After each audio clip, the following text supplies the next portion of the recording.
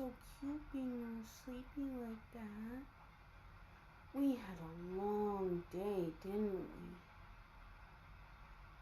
we? We went to get some yummy food at Mommy's favorite restaurant, and we went to the beach and had a nice picnic after our dip in the lake. Then we came home and built a blankie fort, didn't we?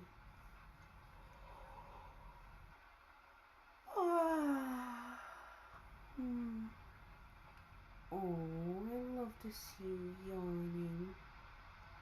It's got me doing the same as well. Well, since we're all cozied up in bed together, would you like me to read you a story? Help you go Betty bye? Good little one. Okay, are you all ready? Is your water bottle all filled and your teeth all clean? Let me smell your breath, cutie pie. I know how you tend to forget sometimes.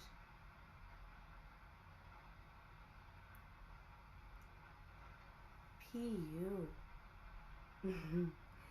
No need to pout, honey bunny. I was just teasing you.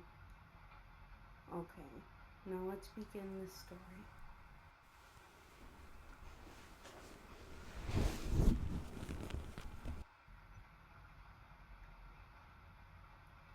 This is a story about how the bestest little ever finds her mommy. It was a bright, sunny morning in Equestria.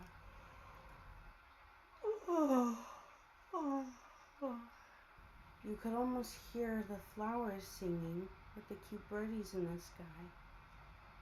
The sound of woodland creatures filling the air as a sad pony named Cuddle Pie was all alone. They had many friends because they are quite the charismatic charmer. Many days they would perform their act on the street.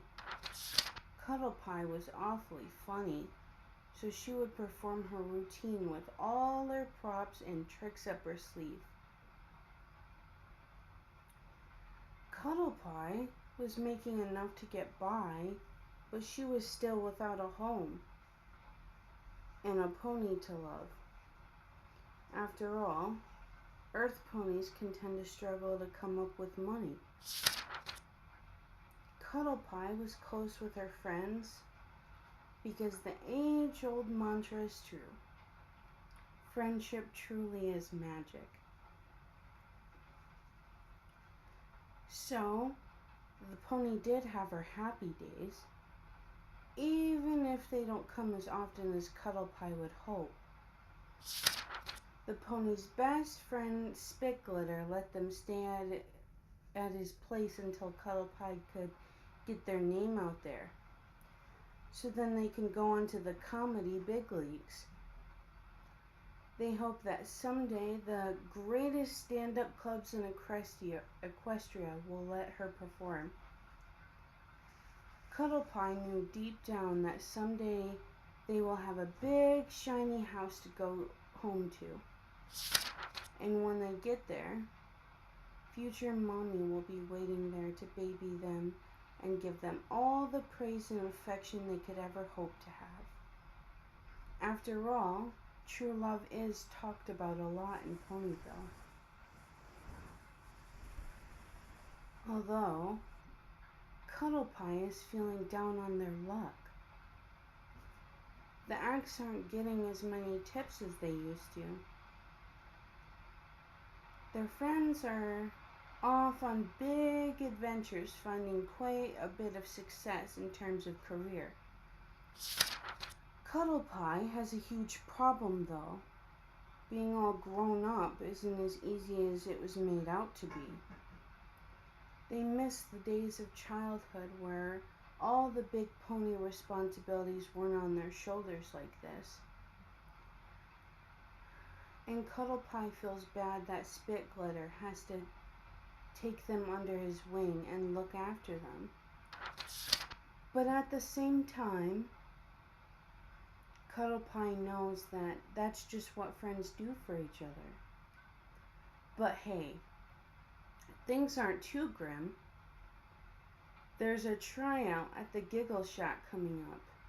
And if you knock it out of the park, they will let you continue to come back to put shows on. Cuddle Pie, with a sore throat and tired hooves from street performing all day, returns to Spitfire's home. She needs to get plenty of rest for the Giggle Shack tomorrow. As they venture through the chilly spring evening of Ponyville, a thought crossed their mind. As they look into the big window of a local flower shop, Cuddle Pie thinks of how nice it would be to be given one by a very special pony. After all, she does like flowers. Some pony who wants to take them on creative dates and cherish every moment together. Cuddle Pie knows that not every day can be a great day with their future girlfriend. But at the very least, they hope they can have more happy days with her versus without. As they open the door to Spitglitter's home, they get filled with delight to see he made dinner for the two of them. What has you so glum? It looks like you made a lot today, Spitglitter replied compassionately as he rubs Cuddle Pie's back. Cuddle Pie peeps up sadly and answers as they sit at the dinner table. Well, the money is great, but what if my acts don't work like they used to? I just saw a flower shop on my way back and realized that I've got no special pony to give my heart to. Spitglitter pauses to think carefully about his reply and tries to cheer Cuddle Pie up. I understand that. Things look bleak. I know when you have been single for a while, things can get kind of dull and gray. But I'll be here to support you and could be your wing pony if you would like.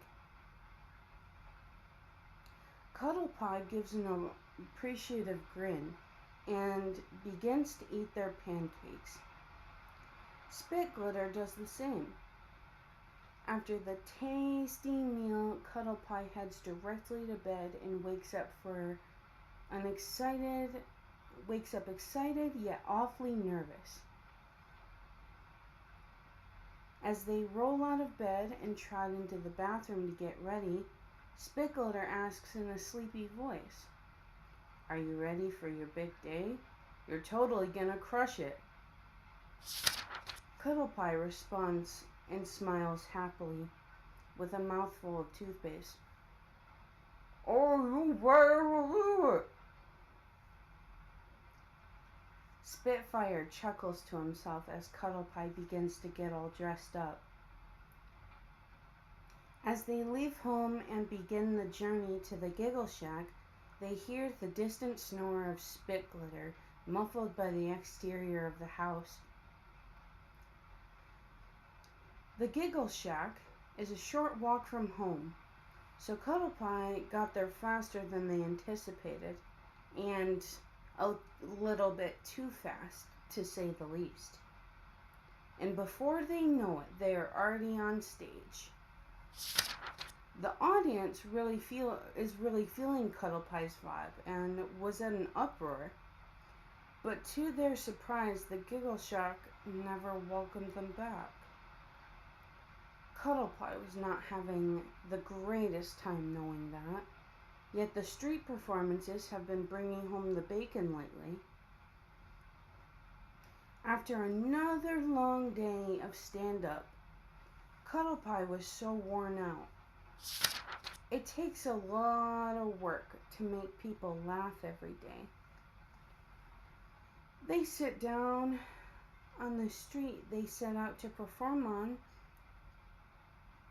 and sit in front of their tip hat. Cuddle Pie begins to cry.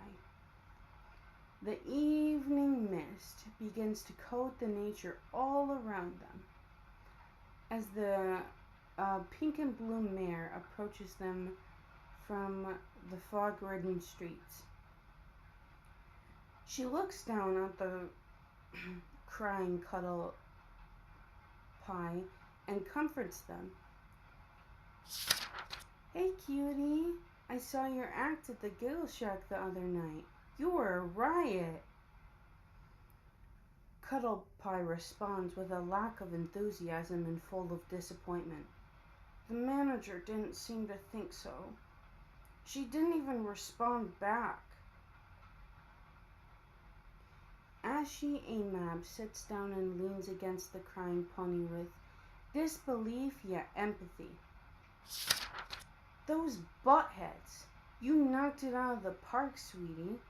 I don't mean to be so sudden, but are you taken?"